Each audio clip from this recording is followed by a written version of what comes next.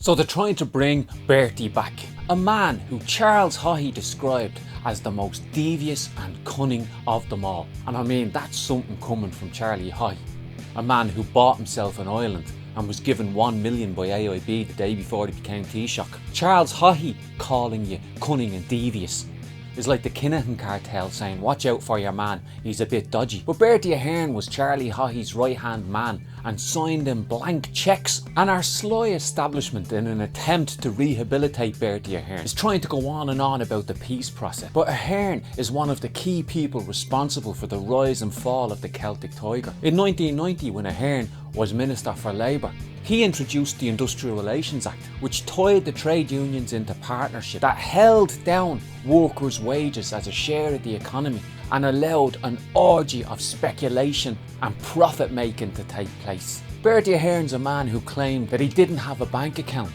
that he couldn't recall why certain developers had given him cash payments. And when people complained about the corruption, complained about the Celtic Tiger and warned it would come to an end, he called them cynics and knockers and said they're just people who complain about everything. They complain about the government, they complain about their cat, they complain about the doctor. And compliant union leaders held back workers' aspirations with promise of a paradise to come, that all the orgy of speculation and wealth during the Celtic Tiger boom would trickle down to the working class. But it didn't trickle down, because the whole thing came tumbling down like a house of cards.